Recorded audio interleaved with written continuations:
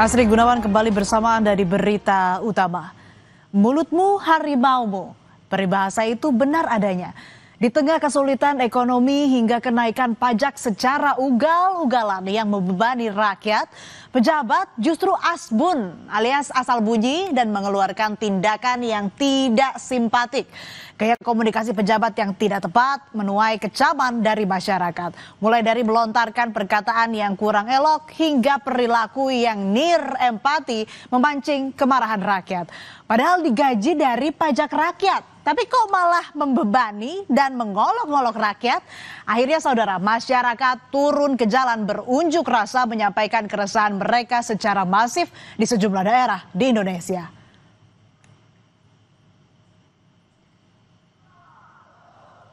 Kemarahan publik pun meledak. Mulai 25 Agustus 2025, ribuan orang berdemonstrasi di depan gedung DPR Jakarta.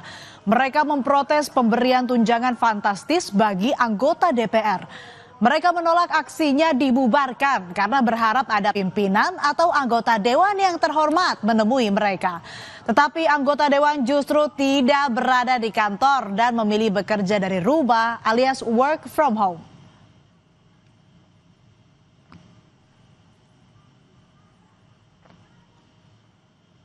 Tak puas karena aspirasinya belum didengar oleh DPR, aksi unjuk rasa terus berlanjut berhari-hari. Pendemo terus menyuarakan tuntutan mereka dipenuhi oleh DPR. Aksi ini bahkan dilakukan sampai malam hari.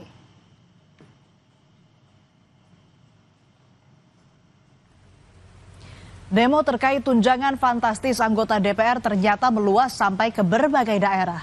Di Bandung, unjuk rasa di depan gedung DPRD Provinsi Jawa Barat berlanjut hingga Sabtu malam 30 Agustus. Meski hujan, pengunjuk rasa tetap bertahan di depan gedung DPRD. Polisi memperketat pengamanan mengantisipasi unjuk rasa tak diwarnai tindakan anarkistis. Masyarakat yang geram akibat aksi asbun pejabat awalnya hanya menggelar aksi unjuk rasa di depan gedung DPR. Namun ternyata amarah warga terhadap pejabat yang asal bunyi dan dinilai tak simpatik pada rakyat berbuntut perusakan hingga penjarahan rumah sejumlah anggota dewan. Yang menjadi sorotan utama masyarakat adalah Ahmad Sahroni. Sampai-sampai rumah milik anggota DPR RI Ahmad Sahroni di Tanjung Priok, Jakarta Utara didatangi massa. Warga yang awalnya hanya berkumpul di depan rumah kemudian memaksa masuk. Massa kemudian merusak mobil dan mengambil sejumlah barang yang berada di rumah politisi Partai Nasdem ini.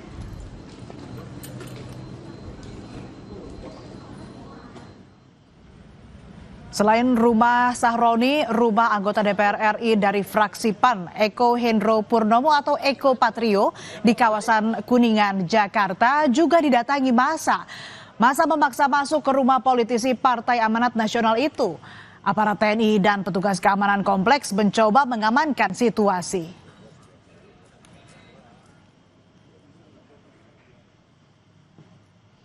Rumah Uya Kuya di Durensawit, Jakarta Timur porak-poranda akibat didatangi massa. Sejumlah barang berserakan di lantai. Perabotan di rumah Uya pun tak tersisa diambil oleh massa. Tak hanya itu, massa juga merusak sejumlah bagian di rumah politisi Partai Amanat Nasional ini.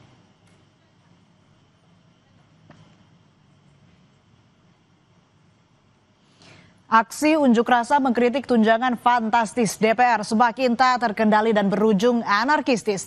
Aksi yang awalnya hanya di depan gedung DPR kini justru sampai merusak fasilitas umum dan merusak rumah pribadi anggota DPR. Presiden Prabowo Subianto memerintahkan Kapolri Jenderal Listio Sigit Prabowo dan Panglima TNI Jenderal Agus Subianto mengambil langkah tegas terhadap aksi unjuk rasa yang melakukan perusakan. Kepada pihak kepolisian dan TNI, saya perintahkan untuk mengambil tindakan yang setegas-tegasnya terhadap segala macam bentuk pengerusakan fasilitas umum, penjarahan terhadap rumah individu ataupun tempat-tempat umum atau sentra-sentra ekonomi. Selain tunjangan fantastis anggota DPR, kata-kata kurang elok membuat masyarakat marah. Ahmad Sahroni menggunakan ungkapan yang merendahkan saat menjawab kritik. Selain Sahroni, Nafa Urbach juga menyampaikan pernyataan kontroversial saat menanggapi tunjangan rumah sebesar 50 juta rupiah.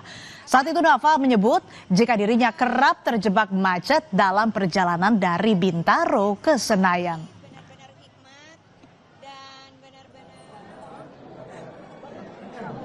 Jangan. Memang yang ngomong itu rata-rata orang yang nggak pernah jadi duduk di DPR. Cuman mental bilang bubarin DPR, itulah orang dunia. Banyak sekali anggota dewan yang dari luar kota.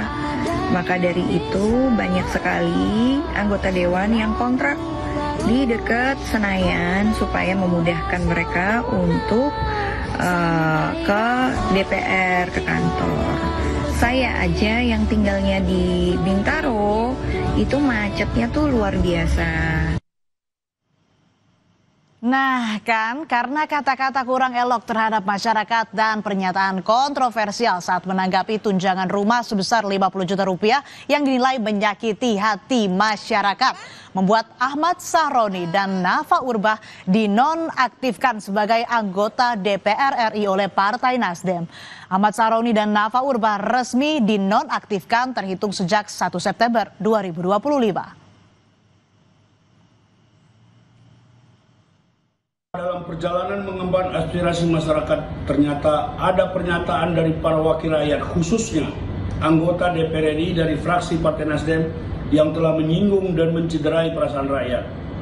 Dan hal tersebut merupakan penyimpangan terhadap perjuangan Partai Nasdem. Dihitung sejak Senin 1 September 2025, DPP Partai Nasdem menonaktifkan Saudara Ahmad Sahroni dan Nafa Urbach sebagai anggota DPR RI dari fraksi Partai Nasdem. Nasib serupa juga dialami Eko Hendro Purnomo atau Eko Patrio dan Surya Utama alias Uya Kuya.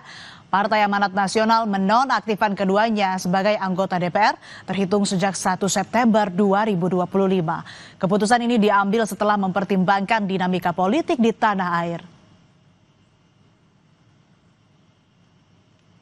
DPP Partai Amanat Nasional memutuskan untuk menonaktifkan saudaraku Eko Hendro Purnomo dan saudaraku Surya Utama sebagai anggota DPR RI dari fraksi Partai Amanat Nasional DPR RI terhitung sejak hari Senin 1 September 2025.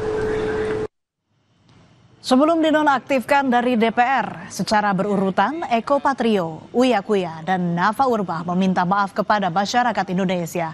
Mereka meminta maaf atas kegaduhan akibat sikap dan ucapan yang dinilai telah menyinggung dan melukai hati rakyat.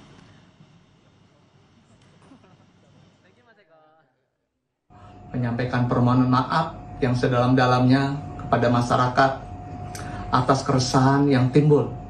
Tidak sedikit pun terbesit niat dari saya untuk memperkeruh keadaan. Tentunya ke depan saya akan lebih berhati-hati dalam bersikap. Saya minta maaf sedalam-dalamnya sekali lagi dari hati saya yang paling dalam.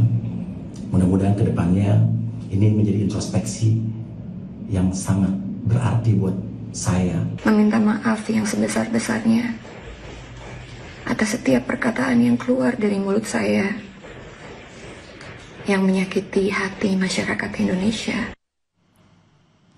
Ternyata tak hanya Sahroni, Nafa Urbach, Uya Kuya, dan Eko Patrio saja yang dinonaktifkan partainya.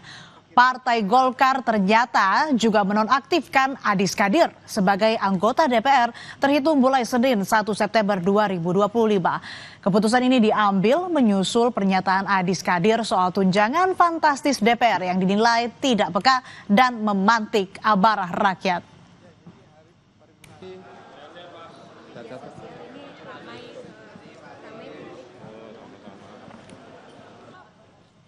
Setelah tunjangan fantastis DPR dikritik habis-habisan oleh masyarakat hingga menimbulkan gelombang protes yang berujung anarkistis, Presiden Prabowo Subianto menyatakan DPR akan mencabut sejumlah kebijakannya termasuk tunjangan bagi anggota dewan serta memoratorium kunjungan kerja ke luar negeri. Pimpinan DPR menyampaikan akan dilakukan pencabutan beberapa kebijakan DPR RI, termasuk besaran tunjangan anggota DPR dan juga moratorium kunjungan kerja ke luar negeri. Sejumlah anggota DPR mengaku tak keberatan jika tunjangan para wakil rakyat dievaluasi. Anggota DPR dari fraksi PDI Perjuangan Rieke Diah Pitaloka bilang tak mempermasalahkan tunjangan fantastis dihapus. Sementara Ketua Fraksi Demokrat Edi Baskoro Yudhoyono ingin mengevaluasi tunjangan DPR. Yang rumah itu akhirnya udah nggak ada ya. Stop Di Oktober 2025 teh. Iya, ini baru di Agustus teh. Ya karena penganggaran itu setahun. Istilah udah menurut saya udahlah mau dihapus dari hari ini juga kalau buat saya nggak masalah. Tapi please mari kita suarakan untuk segera benahin data dasar. Saya mengusulkan juga yang penting dan aspirasi.